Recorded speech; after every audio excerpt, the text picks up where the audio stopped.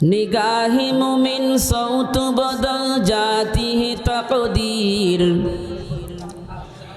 निगाह मुमिन सौत बदल जाती है तकदीर। ए बंदे की क़ुव्वत नहीं कुदरत का इशारा। ए बंदे की क़ुव्वत नहीं कुदरत का इशारा। आई मर्द खैरत तर्क मासी के ज़रूरत। आई मर्द खैरत तर्क मासी के ज़रूरत।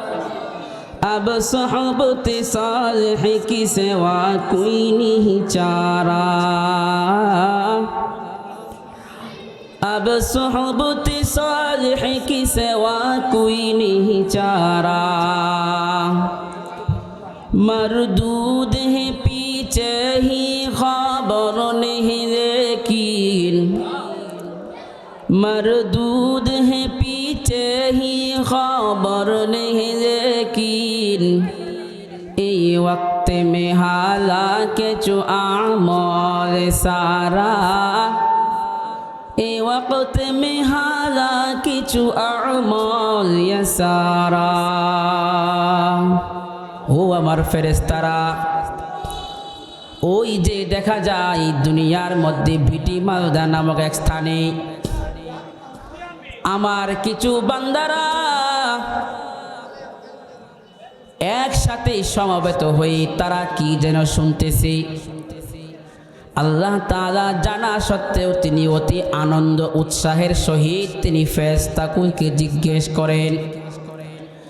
ফেরেশতাকুল বলেন, ও আমার আল্লাহ, এই মজলিসের মধ্যে আপনার বান্দারা আপনার গুণ কীর্তন করতেছে, আপনার হাবিবের গুণ কীর্তন করতেছে।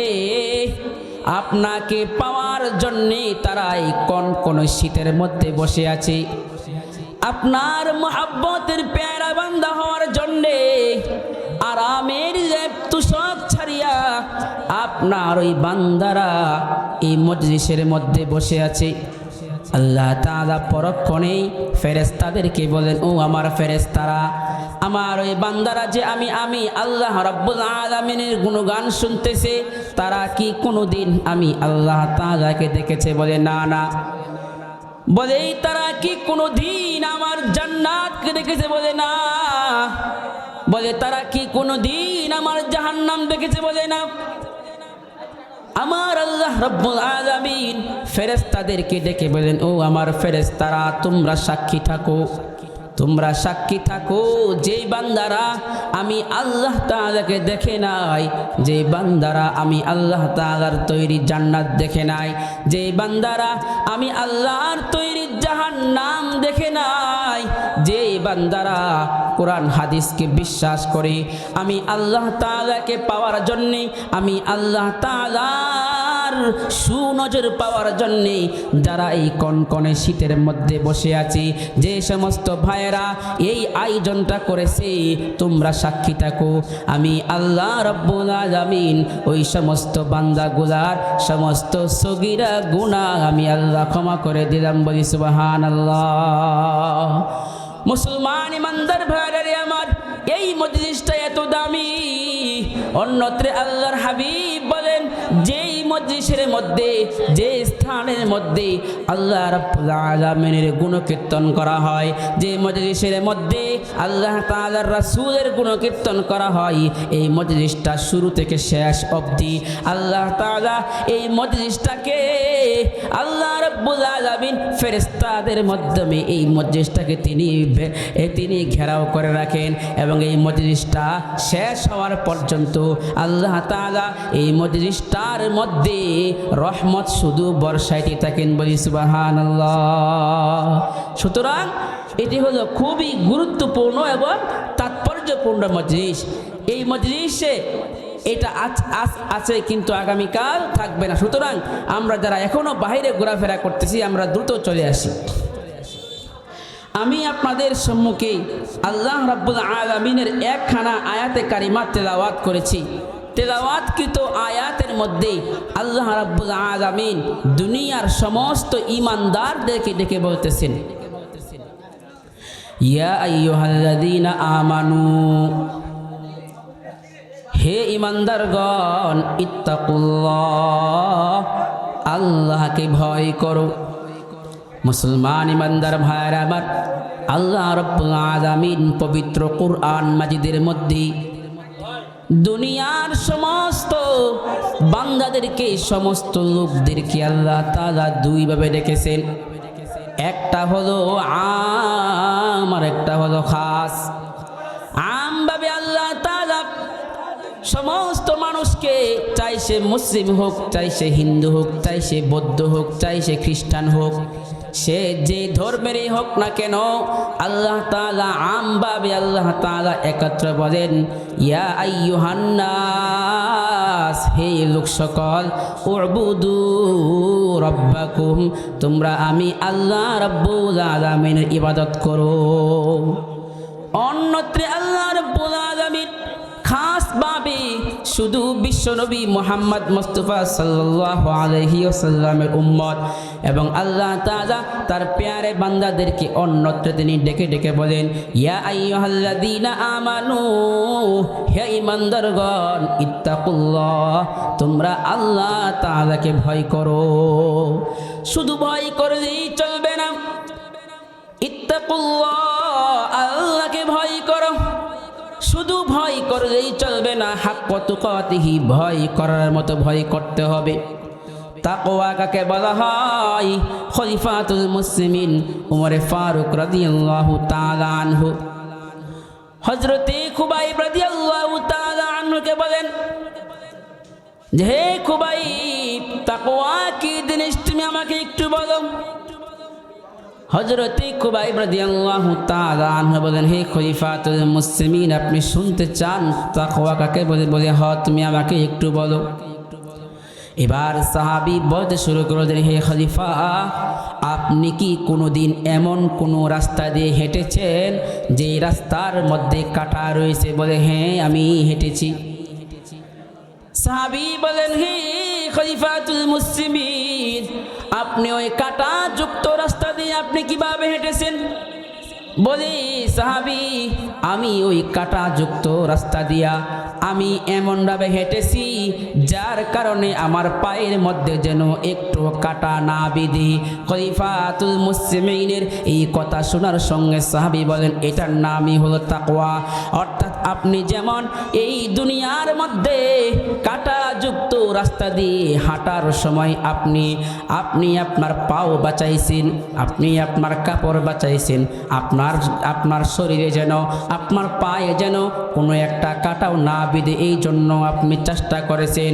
ঠিক এরকমভাবে যেই বান্দাটা দুনিয়ার মধ্যে দুনিয়া নামক ওই সুদের কাঁটা থেকে, দুনিয়া নামক এই ঘুষের কাঁটা থেকে, দুনিয়া নামক এই জুলুম নির্যাতনের কাঁটা থেকে, দুনিয়া নামক এই জেনা ব্যভিচার অন্যায়ভাবে মাল আত্মসাতের কাঁটা থেকে যদি কোনো বান্দা যদি বাঁচতে পারে, সেই হলো প্রকৃত তাকওয়াওয়ালা বান্দা। বলি সুবহানাল্লাহ।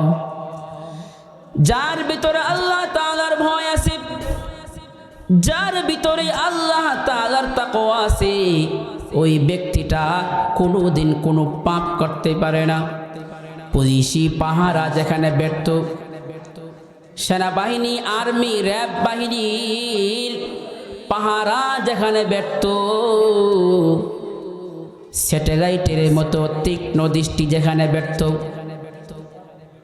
তাকওয়ায় একমাত্র বান্দাকে ওই স্থান থেকে, গুনাহ থেকে ফিরায় আনতে পারে।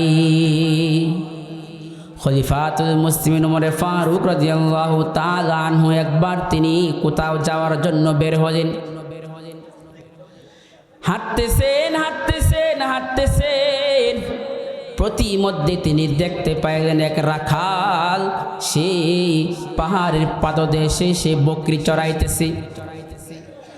খলিফা এবার ওই রাখালের ভিতরে আল্লাহ তাআলার কেমন ভয় আছে এটা পরীক্ষা করার জন্যে ওই রাখালকে বলেন, ও রাখাল ভাই, তোমার তো অনেকগুলো বকরি রয়েছে, তোমার ওখান থেকে যে কোনো একটা বকরি থেকে আমাকে তুমি একটু দুধ পান করাও, আমি একজন মুসাফির। এবার রাখাল বলেন, আমার মালিক আমাকে অনুমতি দিয়েছে বকরি চড়ায়া ঘাস খাওয়ানোর জন্য, দুধ কাউকে দুধ দেওয়ার জন্য নয়। খলিফা এবার আবার ওই রাখালের ভিতরে আল্লাহর ভয়টা পরীক্ষা করতেছেন। খলিফা এবার বলেন, ও রাখাল, তোমার তো অনেকগুলো বকরি রয়েছে, তুমি যখন বিকেলবেলা বাড়িতে যাইবা, এখান থেকে যদি একটা বকরি নাও তাকে তোমার মালিক টের পাইবে না, তুমি আমার নিকট একটা বকরি বিক্রি করে দাও। খলিফাতুল মুসলিমিন ওমরে ফারুক রাদিয়াল্লাহু তাআলা আনহুর এই কথার উত্তরে ওই রাখাল বলেন, ও প্রতীক ভাই, ও মুসাফির ভাই, আমি আপনাকে একটা বকরি দিতে পারি। আমি আপনাকে এখান থেকে যদি আমি একটা বকরিও দেই, আমার কোনো সমস্যা হবে না, কেউ দেখবে না, কেউ জানতে পারবে না, আমার মালিকও বুঝবে না। কিন্তু আমি এই দুনিয়ার মধ্যে সমস্ত মানুষের চক্ষুকে আমি ফাঁকি দিতে পারবো, কিন্তু আমি আল্লাহ রাব্বুল আলামিনের চোখকে কেমনে ফাঁকি দিব? কারণ আমার মালিক তো ইন্নাহু আলিমুম বিদাতিস সুদূর, আমার মালিক তো অন্তর্যামী। অন্যত্র আল্লাহ বলেন, ইয়ালামু খাইনাতাল আয়ুনি ওয়া মা তুখফিস সুদূর। বলি আল্লাহু আকবার। আমি আল্লাহ রাব্বুল আলামিন এমন তোমার অন্তরের বিদ্যে কি কি চলতেছে, তুমি কালকে সকালবেলা কি করবা, আমি আল্লাহ তাআলা সব গোপন বেদ সম্পর্কে আমি জানি। কথা বলুন ঠিক কিনা? মুসলমান বান্দার ভাইরা আমার, তাকওয়াওয়ালা বান্দাকে আল্লাহ রাব্বুল আলামিন 4টা পুরস্কারে পুরস্কৃত করবেন। কয়টা পুরস্কার? যে ব্যক্তির অন্তরে তাকওয়া রয়েছে, যে ব্যক্তির অন্তরে আল্লাহ তাআলার ভয় রয়েছে, আল্লাহ তাআলা তাকে 4টি পুরস্কারে পুরস্কৃত করবেন। 1 নম্বর পুরস্কার, ওয়া মাইয়াত্তাকিল্লাহা ইয়াজআল লাহু মাখরাজা। 1 নম্বর পুরস্কার হলো তাকওয়াওয়ালা বান্দাটাকে আল্লাহ রাব্বুল আলামিন তার সমস্ত বিপদ আপদ থেকে উঠায় দেবেন। বলি সুবহানাল্লাহ। 2 নম্বর পুরস্কার, ওয়া ইয়ারযুকুহু মিন হাইথু লা ইয়াহতাসিব।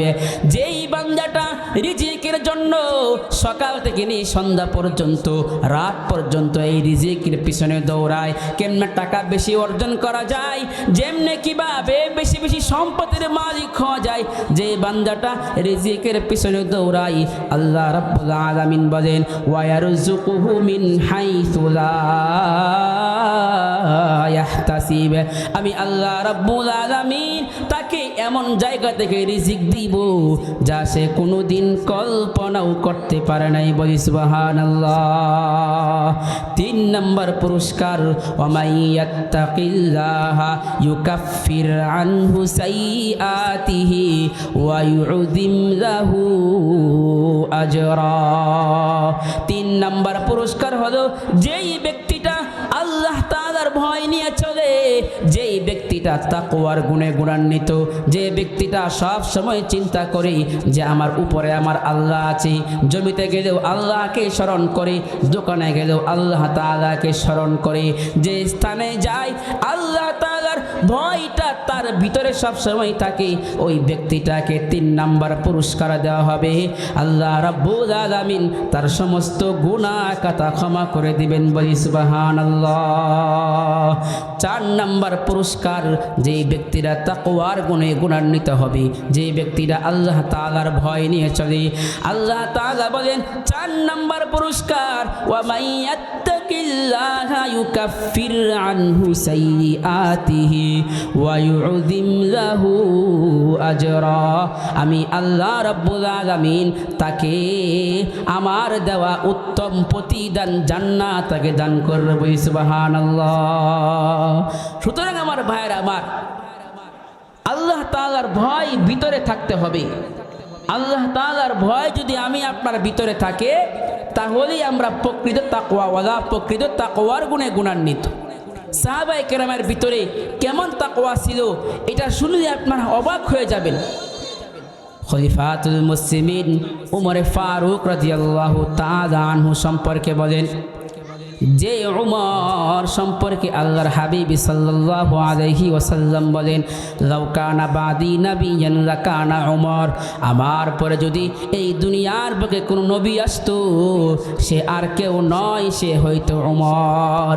সেই উমর দুনিয়ার মধ্যে জান্নাতি সার্টিফিকেট পাওয়ার পরেও কেমন ভয় ছিল, কেমন ভয় ছিল জানেন?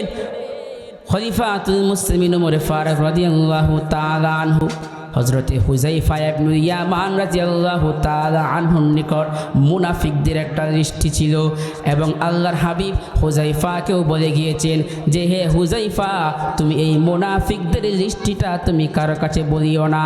এই হুযায়ফার কাছে খলিফাতুল মুসলিমিন উমর ফারুক রাদিয়াল্লাহু তাআলা আনহু গেছেন এবং গিয়ে বলেন, হে হুযায়ফা, তুমি আমাকে একটু বলো এই মুনাফিকের লিস্টির মধ্যে আমি উমরের নাম আছে কিনা? সুবহানাল্লাহ বলেন যে এই উমর এই দুনিয়ায় থাকতে জান্নাতের সার্টিফিকেট পাইছেন, যে উমরকে স্বয়ং নবী বলেছেন আমার পরে যদি কোনো নবী হইতো তাহলে হইতো উমর। সেই নবীর সার্টিফিকেট পাওয়ার সত্ত্বেও উমরের অন্তরের মধ্যে কেমন ভয় ছিল। ও মুসলমান ভাইয়েরা আমার, এই সাহাবায়ে কেরামের এই সব ঘটনা থেকে আমাদের শিক্ষা নিতে হবে যে আমরা সর্ব অবস্থায় ভয় করব কাকে? আরো জোরে বলেন, আমরা সর্ব অবস্থায় ভয় করব কাকে? দুনিয়ার কোনো শক্তিকে ভয় করব? দুনিয়ার কোনো শক্তি আমাদের সামনে কোনো টাইম নাই। আমরা সর্ব অবস্থায় ভয় করব কাকে? আল্লাহকে। আল্লাহকে ভয় করব, দুনিয়ার কোনো মানুষকে নয়, কোনো এমপিকে নয়, কোনো মন্ত্রীকে নয়। দুনিয়ার কোনো পরাশক্তি এই মুসলিমের কাছে এসে টিকতে পারবে না, কারণ এই মুসলিমরা বন্দুকের মাথার মধ্যে তারা জান্নাত দেখে, আর কাফের বেঈমান বেদিনেরা দেখে কি জাহান্নাম। কথা বলুন ঠিক কিনা? সুতরাং আমরা ভয় করব কাকে? আল্লাহকে। আল্লাহ রাব্বুল আলামিন আমরা যেন আল্লাহ তাআলাকে ভয় করে বাকি জীবনটা পার করতে পারি, এবং আমাদের সর্ব অবস্থায় ব্যবসা থেকে নিয়ে শুরু করে আমাদের সর্ব হালত যেন আল্লাহ তাআলাকে সর্ব অবস্থায় যেন স্মরণ করতে পারি।